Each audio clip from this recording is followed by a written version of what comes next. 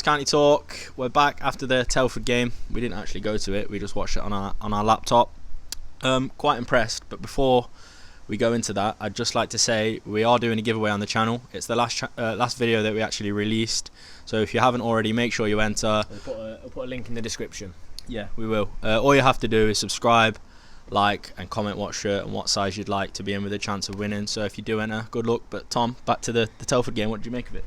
Yeah, it was a good performance. I thought Alfreton, the first game, was it? Alfreton was really good, high tempo. Ilkeston dropped off a bit, but then today was back on it. I was excited by Rodriguez, Roberts and Enzio in the same lineup, and I wasn't disappointed. Yeah.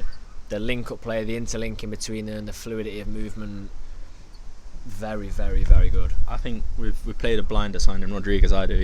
He looks, in the first game when we was at Ilkeston, he didn't look that sharp, but I think sort of last week and this week he's looked very sharp. You know, like say the link-up play between, you know, the similar sort of players like your Enzios, your Roberts. It was just brilliant, wasn't it? Nice to see, really. Yeah, someone that really impressed me that I had no expectation of, and I said it when we signed him in one of our weekly roundups, was Jimmy Knowles. Now I thought he'd play 5-10% of the league games, and he still might, but based on today, he impressed me probably the most on the pitch. Yeah. Well, it goes to show, doesn't it? The goal where it was a lost cause, wasn't it? And he just crossed it back in, and the defenders headed into his own net for the own goal. Yeah, exactly. Fantastic finish. Yeah. No, but it's things like that can give you the edge in games where you've got players that are fighting for lost causes that can turn into goals. He's literally got nothing to lose. Very creative. Yeah, he hasn't got. He's got nothing to lose, has he? He's come in. He's wanted to like work hard. He wants to get a first team place. Yeah.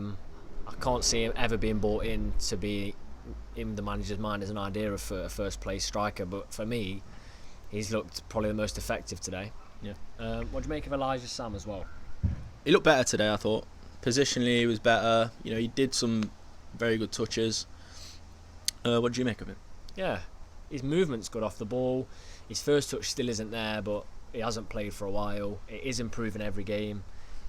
He looks a handful. Again, he's not going to get in ahead of Wootton for me, but he looks a very good option. Yeah, very good. What I want to say is about the formation, it was very attacking, wasn't it? Yeah. Now, I think that could work well when, no disrespect, we don't know how the season's going to pan out, but you'd expect teams like Weymouth to be down there. If we play a team like Weymouth at home, you'd expect that kind of attacking lineup, and we've seen today that it can work because, yes, I know it's Telford, but they weren't out their box for the opening 25 minutes. Yeah, something like that. Yeah. It just looked unbelievable, and the fluidity. They didn't know who to pick up or mark. Yeah, yeah. For me, that's something that no team can plan for that. Yeah, definitely. Yeah, it looked very good.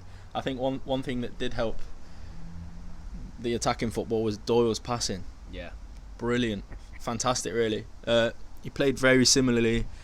In my perception to what Reeves was playing like at Ilkeston, spraying balls out everywhere, you know, brilliant. Yeah, I thought he played very well. He was given licence to do that, wasn't he? Like, yeah. Knowles kept pulling out wide. You had Roberts was a bit more central today, but in the first half. Then you had Rodriguez pulling out wide, and he was picking the pass every time, and it was opening them up. And again, I've said about it so many times, the fluid movement meant no one knew who to pick up, and it left Doyle free every time. And we know he's a good passer of the ball, but if we play that system, like you've said, we've got Reeves to do that. We've got Doyle to do that, and to an extent O'Brien can pick a good pass like that. Yeah. So positive signs first half. Second half, very stuttery, wasn't it? Yeah, so the stream sort of cut out a little bit, didn't it? And it looked like CCTV from like 2010. Yeah. But we couldn't really make of how Telford got the penalty. On commentary they said it was very soft, so I wouldn't worry too much about that. I think it was just a ref being a bit picky. I would like to say before we move on to the next point, that goalkeeper kit looks very nice. Nice colour, isn't it? Yeah, we was discussing it throughout the game. Yeah, very, very nice. Might have to pick that one. The away kit in the full light blue with the shorts as well. That's a winner. That's definitely my favourite shirt we've released of the two. I've never thought of buying a goalkeeper shirt until I saw that one today. You've ordered, haven't you? You've ordered 3. So well, I'm probably going to be getting the home away goalkeeper shirt now. So it's been a good season for shirts. Yeah, definitely. Talking about goalkeepers, so Luke Pilling came on second half. I'm not joking. When you see this on the highlights, the double save he makes is unbelievable. absolutely unbelievable. Like, I can't exaggerate enough. It's one of the best saves I've ever seen. Yeah, literally. Yeah, like it almost, you almost sort of bowing your head, weren't you, thinking, oh, they've scored here, because the player came up for a second go at it and he still saved it. So it was unbelievable. I think that's good for Slocum though, because I think it's gonna, competition wise for the number one shirt looks pretty firm, doesn't it now? After seeing that. Well, Pillion's played well both times I've seen him. Not over Slocum for me. Never over Slocum for me, unless he has a stinker. Yeah. But he's definitely going to push him. Because think of Slocum last season when he wasn't pushed, how good he was. Yeah. So it's only going to be good for the team. No Reeves today. Trying to think if there's anyone else we didn't really see any of. So a bit of O'Brien's second half. Did a few good turns. Yeah. One thing about Knowles, we did say he played the whole game, didn't he? Yeah. So I can't see him playing Tuesday. Yeah. Final point from me as well would be balls over the top. You can see it looks like something that we've been working on, and it looks like it's going to be something we're going to be incorporating into the league. So, and it is working. I know it's pre-season, you can't really take too much out of it, but the way we're playing today, it was very, very promising. The way we've been playing all pre-season, wasn't it? Yeah. Yeah, like you say, it is pre-season, and the teams we've usually played, your Arnold Towns and teams like that, they offer nothing. These teams are like the teams we played 1, 2, at most 3 divisions below. Yeah. They're offering a test. Yeah. They're decent teams. They're up for it, I think. I mean, I think it shows as well. You could see that by the scrap at the end. Yeah, when Enzio and whatever player it was for them, because they didn't have the kit numbers on, so you didn't know who was playing.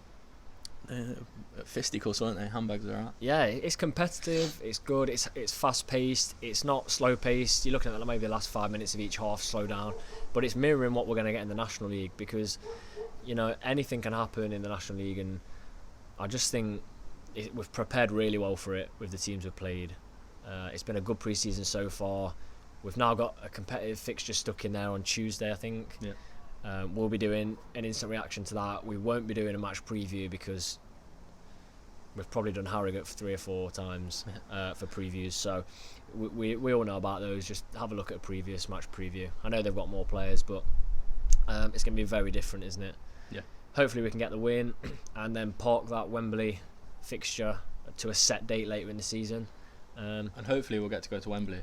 Yeah. Be nice, won't it? I hope so. I'm feeling very confident. Yeah. I'm going to give a quick answer to the score prediction for the Harrogate game. Go on then. You go first. I'm going to give I don't think they're not going to know what's hitting. It's almost impossible to call, really, I think. I know, it is. Because you don't know how Harrogate are coming into it. They come into it with the mind frame of, we're a league team now, we've got league games coming up on the weekend that we need to fight for, so we're going to play a lesser team.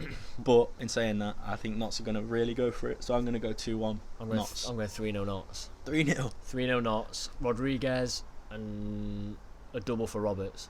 I just think they can't prepare anything like they prepared for us last season. It's going to be completely fresh. Yes, they're playing well. I think they drew today and they won their opening game. They're up in the top in the playoffs, but it's another fixture in their already congested competitive calendar. So yeah, 3-0, get ourselves to the final. Looking forward to Tuesday.